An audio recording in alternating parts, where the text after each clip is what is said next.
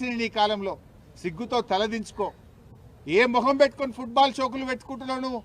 పిల్లలు దవాఖానలలో పడితే నీ మంత్రి రాడు, నువ్వు రాడు, నీకు టైం దొరకది.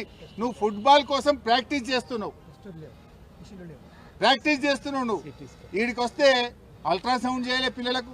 నిన్నటి నుంచి ఒక అమ్మాయి కడుపు నొప్పితో ఏడుస్తుంటే అల్ట్రాసౌండ్ చేయలే ఇప్పటిదాకా. ఏమైందా అల్ట్రాసౌండ్ చేయలేదంటే, అల్ట్రాసౌండ్ మధ్యాహ్నం 2 గంటల దాకానే చేస్తాం సార్, మధ్యాహ్నం 2 తర్వాతనే వస్తుంది అన్నది కడుపు, అందుకే రాత్రి అల్ట్రాసౌండ్ మా దగ్గర ఉండదు సార్, మధ్యాహ్నం 2 బజే అల్ట్రాసౌండ్ బంద్ అంటుండు సూపరింటెండెంట్. ఇక సిటీ స్కాన్ దగ్గర పోయినా, సిటీ స్కాన్కు పేద తాళం వేసి పెట్టిరు కింగ్ కోటి ఆసుపత్రిలో. ఆనాడు వైద్య ఆరోగ్య శాఖ మంత్రిగా కేసీఆర్ గారు ముఖ్యమంత్రిగా వారి డైరెక్షన్లో నేను ఇక్కడ సిటీ స్కాన్ పెట్టించిన. పరిస్థితి ఏంటంటే, మేము పెట్టిన సిటీ స్కాన్ నడపశాతం అయితే గవర్నమెంట్కు. 6 నెలలైందట తాళం వేసి సిటీ స్కాన్కు.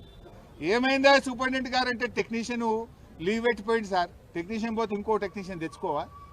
6 నెలలకెళ్ళి సిటీ స్కాన్ పనిచేయకపోతే పేదల పరిస్థితి ఏంది? పేదలు ప్రైవేట్లో పోయి సిటీ స్కాన్ చేయాలంటే 4,000 5,000 ఖర్చు అయింది కదా.